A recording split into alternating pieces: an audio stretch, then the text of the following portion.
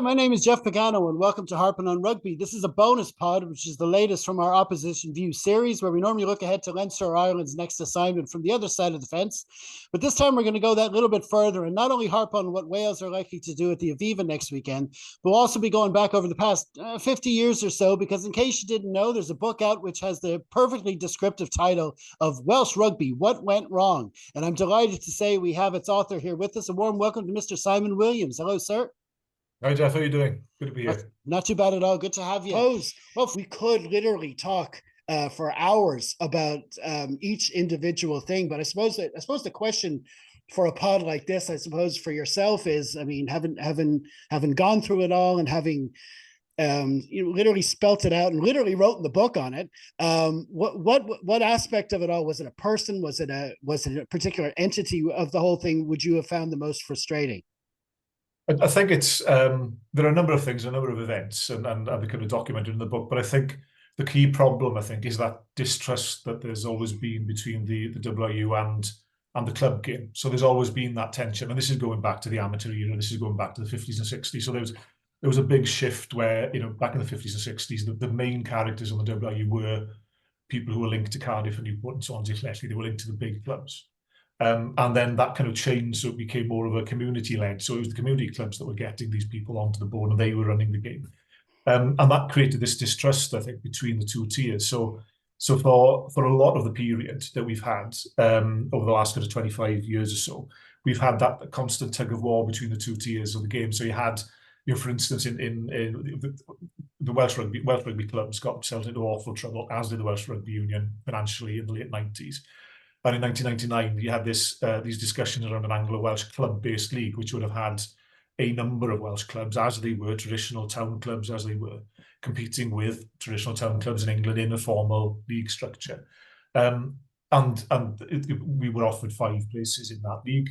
This is a time when New Zealand had 5 professional clubs, and we were offered 5 in an Anglo-Welsh league.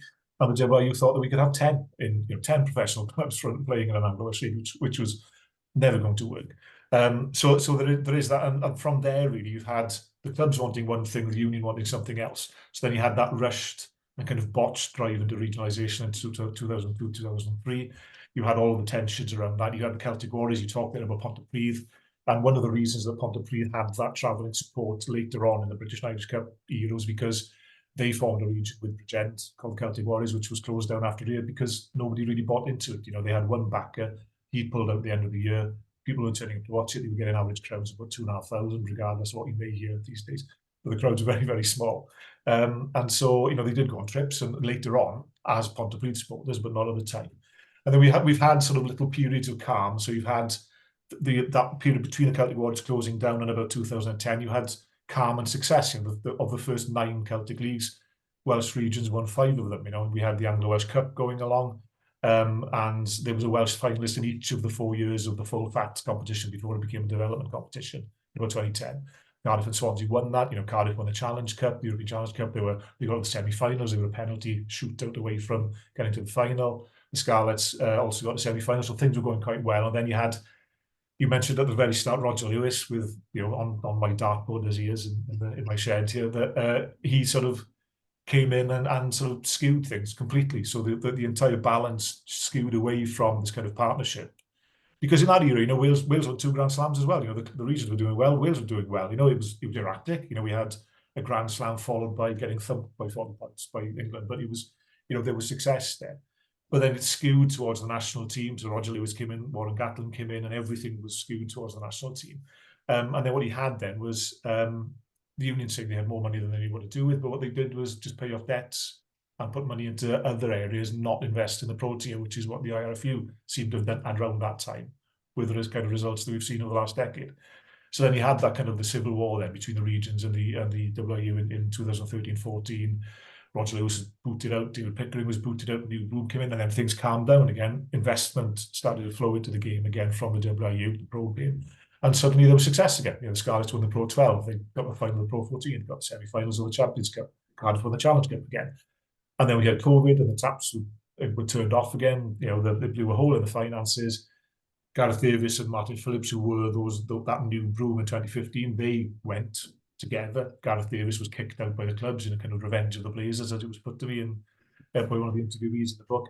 And then we had that shift in the relationship again. So it's all of a sudden, the union had undertaken to pay £26 million for one season to the 4 professional clubs as payments and TV money and participation money and payments for release of players and so on. They protected their own budgets, they protected the community clubs, and then they gave the pro clubs 3 million, not 26 million, and then expected them to survive on that. Then they took out a loan to cover their own payments, and they made the regions repay it. So the regions now are on already reduced budgets, and they're paying 2 million out each year, in debt repayments. So it's crippling for them. They cannot compete on that. So you've got now budgets coming down from 6 or 7 million to 5.2 million this year to 4.5 next year, and you can see the results on the pitch. So I think it is all about that relationship and the degree of, as another interviewee put it to me, is a degree of maliciousness in the attitude of some characters at the WRU over the last 15 years towards that professional tier. So I think that is the one major issue that I've taken out of it, really.